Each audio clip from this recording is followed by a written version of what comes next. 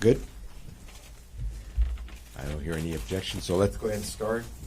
Let me begin by acknowledging the work of the District Attorney for the City and County of San Francisco, George Gascon, who has been a great partner on a number of different matters, but certainly in the matter that we're announcing today, I'll leave it to him to announce some members of his team as well. If I could take a moment and acknowledge some of the folks who at the Department of Justice made today's announcement possible. Nick Akers, who is our Senior Assistant Attorney General. Stacy Shesher, who is here as well as our Supervising Deputy Attorney General.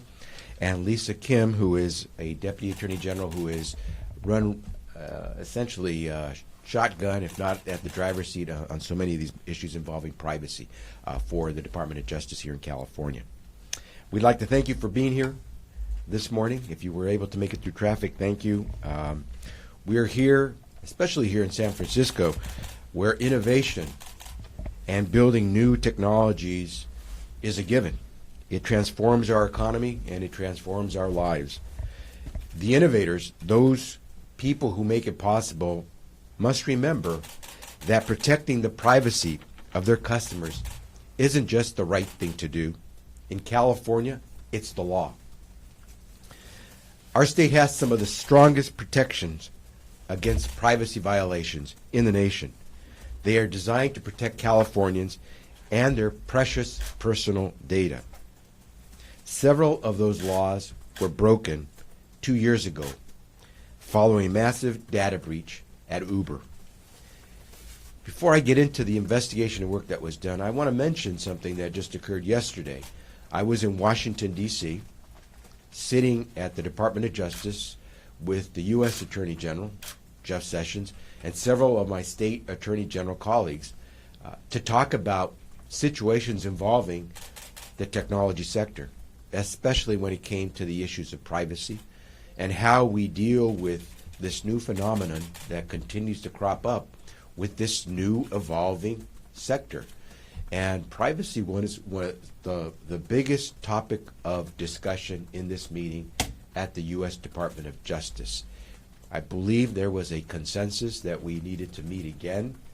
There were certain concerns that were raised, whether it was how we protect Americans' privacy, how we deal with this sector.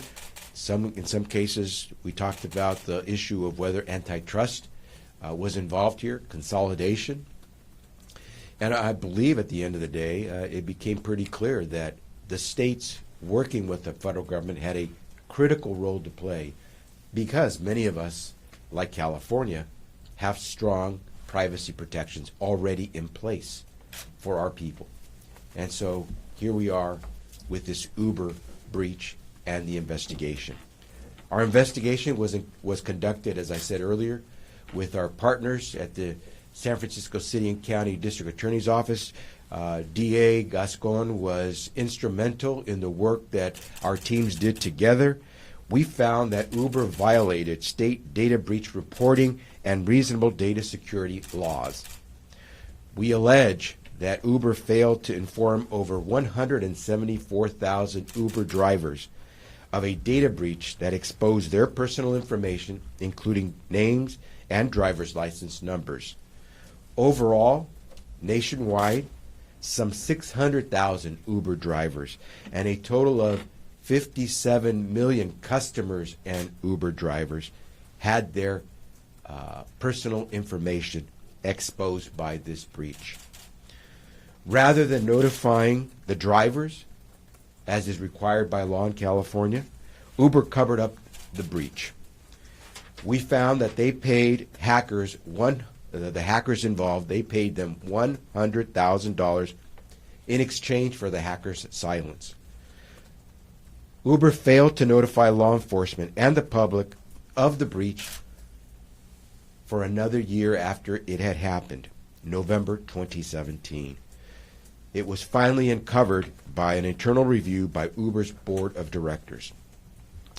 Today, we're here to announce that we have reached a nationwide settlement resolving these allegations against Uber. Uber will pay a $148 million penalty for its conduct. Of this settlement, that's nationwide, California will receive $26 million, split between District Attorney Gascon's office and the California Department of Justice. This settlement also includes some historic terms in it. For the first time in history, an AG's office has required a company to implement privacy by design into its products. That means that Uber must integrate privacy considerations and protections into every phase of their product's development and design. Penalties are important. They help deter future violations. But just as important are the affirmative actions Uber and other companies who violate our privacy laws must take based on these settlement agreements. We've included terms in this settlement that require Uber to prevent future breaches and reform its corporate culture. This means Uber must maintain a hotline or method for employees to report misconduct and ethical concerns, such as a violation of Uber's code of conduct. We've also required that Uber develop a comprehensive information security program. They must also appoint an executive officer to report directly to Uber's board. This is something we have required in the past in many of our privacy settlements. This settlement should remind all business owners operating in our state that we take violations of privacy very seriously. Whether it's a data breach or a breach of public trust, we will hold you accountable.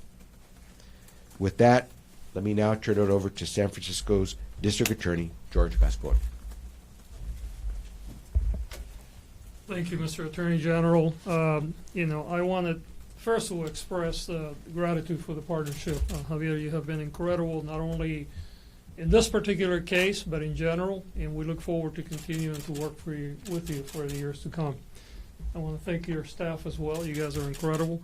And especially I want to thank my staff, Evan Akron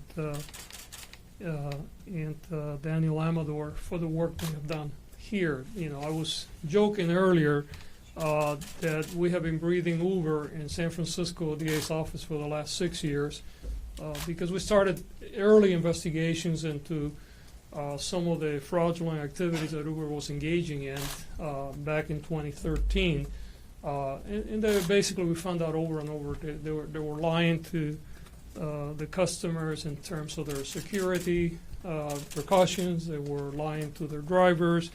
We knew that there were a lot of things about their safety measurements that they were taking, that they were providing a great deal of misleading information, and they were basically violating every rule under the book. They came in with the attitude that we're going to ask for forgiveness later, but we're going to get in and take over the market. And one of the things that we made very clear from the very beginning was that I'm a proponent of innovation. So we wanted to put that out there very clearly. We love the fact that our city and county is the world leader when it comes to the creation of innovation, and we welcome both the economic and the social impact that innovation can bring to our communities. But that has to be done in the context of respecting others, respecting and protecting the consumer, respecting and protecting people's privacy. And that was a message that was not being well taken by the former administration in Uber. And I want to underline the former because I believe that Uber is moving in a different direction, and we're very hopeful that under the new leadership we will see a very different approach. Some people may even ask, hey, you guys were doing a press conference with Uber a week ago talking about, safety and the safety of the consumers, and here you are today talking about settling a major lawsuit. And is there an incongruency there? Is there a conflict? And we say absolutely not. Actually, there's a tremendous amount of congruency here. We will work with Uber and any other partner in order to enhance public safety, in order to protect our community, in order to protect innovation. But when they're doing wrong, we will also hold them accountable. And that's what we're doing today with the Attorney General's office and our office. This came up, and it was clearly a violation of the law. It was a violation of people's privacy, and we want to make sure that Uber was being held accountable today, But we also want to send a message to the industry. We will work with you. We will support you. We want you to do well. But we will never support any activity that is going to compromise the safety of our community, that is going to compromise the privacy rights, not only of the consumer, but in this case, your drivers as well. You have to do both. You have to make sure that you're protecting consumers, that you're protecting privacy, and then you go out and make money, and we like you to make money because we like to take some of that tax money and put it back to work. So we're very, very pleased of this announcement today. We're excited about our partnerships. We look forward to continuing to work together for many years. There's certainly a lot of mountains to climb when it comes to consumer innovation. And this is an exciting moment, and I think it's an exciting moment even for Uber, perhaps, to start coming from under what it was a questionable leadership approach to business and hopefully moving into a new universe. So thank you.